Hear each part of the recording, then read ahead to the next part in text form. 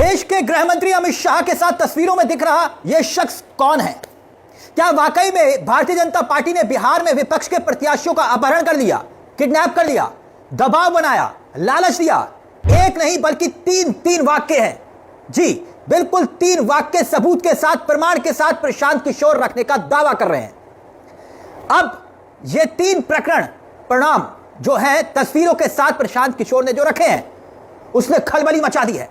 ध्यान से सुनिएगा, एक वाक्य को प्रशांत किशोर यानी कि जन स्वराज पार्टी के मुखिया जो दावा कर रहे हैं, उस दावे की पहली कड़ी यानी कि पहला केस है दानापुर का, जिसका जिक्र प्रशांत किशोर ने किया कि उन्होंने एक व्यवसायिक मुटुर शाह को टिकट दिया था, सिंबल दिया था, मगर दावा यह कि मुटुर शाह निर्वाचन के ऑफिस तक पहुंच ही नहीं पाए क्योंकि मुटुर शाह किसी और के साथ नहीं बल्कि खुद अमित शाह के बगल में खड़े हैं। देखिए आप, यह तस्वीर बाकायदा प्रशांत किशोर दिखा रहे हैं। यानी जिस दिन नामांकन दाखिल करने का दिन मुकर्रर था, मुटुर शाह बीजेपी आला कमान के साथ दिखाई दे रहे हैं, आप देख सकते हैं।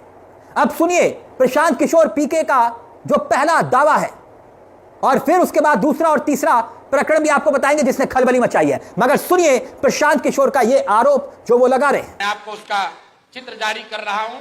ये मुटुर शाह हैं जो मनोज भारती जी के हाथ से यहां से सिंबल लेकर गए और ये साहब सिंबल लेकर तो गए लेकिन वहां पर निर्वाचन के ऑफिस तक नहीं पहुंच सके।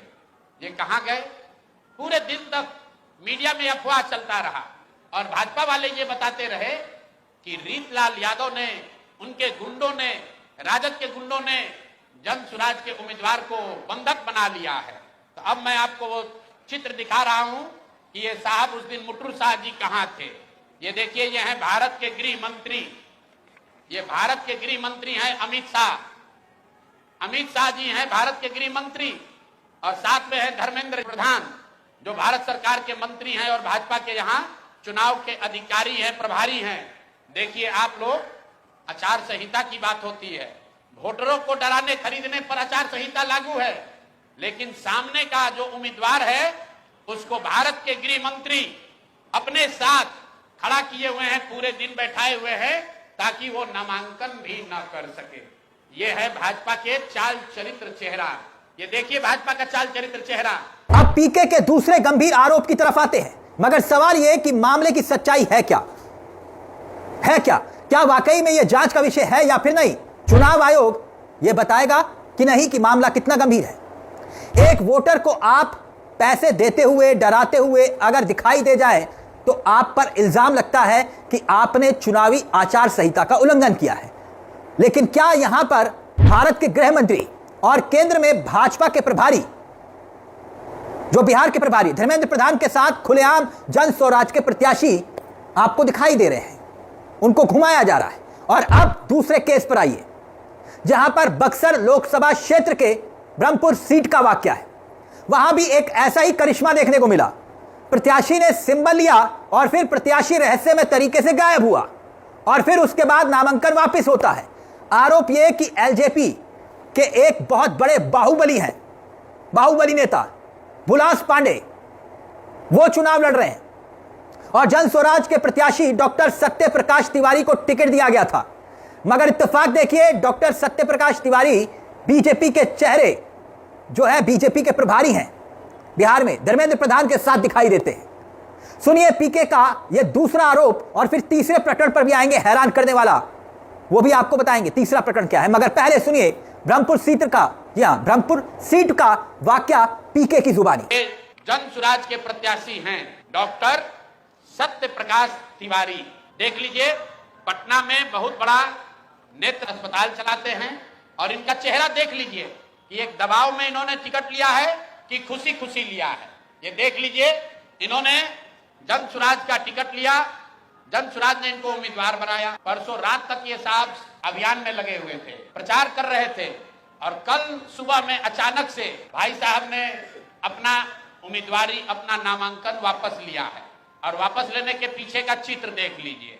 उन्होंने एक चित्र जारी किया है जहां पर डॉक्टर साहब अपना नामांकन वापस ले रहे हैं, हम चित्र जारी कर रहे हैं। देखिए धर्मेंद्र प्रधान हैं और यही डॉक्टर सत्य प्रकाश तिवारी हैं इनके घर पर बैठ के इनको देखिए क्या किया जा रहा है।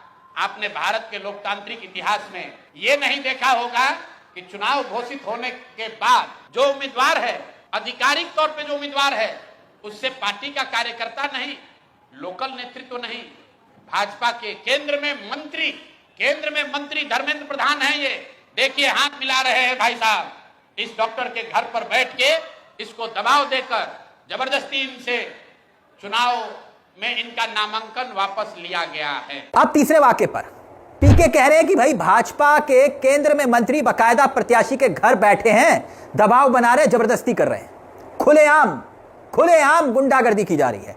तो सवाल वही कि क्या चुनाव आयोग कोई एक्शन लेगा?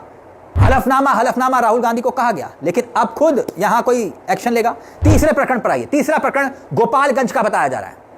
यहां डॉक्टर शशि शेखर सिन्हा को टिकट दिया गया था, प्रशांत किशोर कह रहे हैं शशि सिन्हा को, और रात 8 बजे तक चुनाव प्रचार कर रहे थे, ठीक ठाक सब कुछ, मगर 3 घंटे में हृदय परिवर्तन हो गया।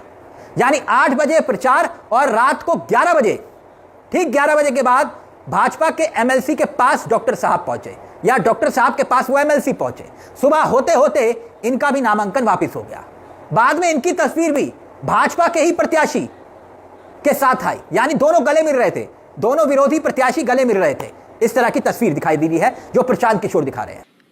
इनको जन स्वराज का उम्मीदवार बनाया गया गोपालगंज से।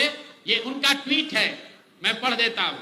4 दिन पहले इन्होंने ट्वीट किया, आज का दिन परिवर्तन का प्रतीक, डॉक्टर शशि शेखर सिन्हा जी का नामांकन, जनता की जीत की शुरुआत। ये है डॉक्टर शशि शेखर सिन्हा। और ये देखिए, कल परसों रात में ये 8 बजे तक चुनाव का प्रचार कर रहे थे। परसों रात में 8 बजे तक चुनाव का प्रचार कर रहे थे। रात में 11 बजे के बाद वहां के भाजपा के एमएलसी और अन्य कई बड़े नेता डॉक्टर साहब के पास पहुंचे और इन पर हर तरह का दबाव बनाकर ये मजबूर किया कि आप चुनाव में अपना नामांकन वापस लीजिए।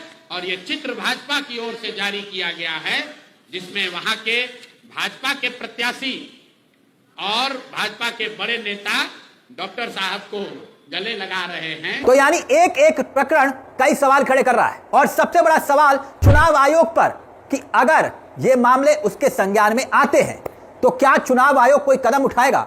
वैसे याद कीजिए, एक वाकया और याद आया। लोकसभा के चुनाव में आपको याद होगा कि जब भारतीय जनता पार्टी ने 400 पार का नारा दिया था कि अब की बार 400 पार, और तब सूरत से एक प्रकरण सामने आया था। याद करिए सूरत में क्या हुआ था। सारे के सारे विपक्षी दलों के प्रत्याशियों का नामांकन वापस हो गया था रहस्यमय तरीके से। और यह भारत के इतिहास में शायद पहली बार हुआ था कि सूरत में भारतीय जनता पार्टी का प्रत्याशी बिना चुनाव लड़े ही जीत गया था। तो क्या बिहार में भी कुछ ऐसे ही लक्षण दिखाई दे रहे हैं? तभी तो पहले प्रकरण में ही भारत के गृह मंत्री, आपने देखा पहले तस्वीर, भारत के गृह मंत्री अमित शाह मुठुर शाह के साथ दिखाई देते हैं। इतने बड़े नेता हैं अमित शाह, मगर दानापुर में जन स्वराज के उम्मीदवार के साथ उनकी मौजूदगी क्या सवाल नहीं खड़ा करती? दूसरा प्रकरण सत्य प्रकाश तिवारी का, जो हमने आपको जो पीके की जुबानी सुनाया। बताइए, धर्मेंद्र प्रधान के साथ बैठकर चाय पानी नाश्ता हो रहा है। और तीसरा प्रकरण गोपालगंज, डॉक्टर शशि शेखर सिन्हा 8 बजे तक प्रचार और 11 बजे हृदय परिवर्तन और बीजेपी के साथ गले मिलते हुए दिखाई दे रहे थे। इस मुद्दे को लेकर आप क्या सोचते हैं? आपकी क्या राय है?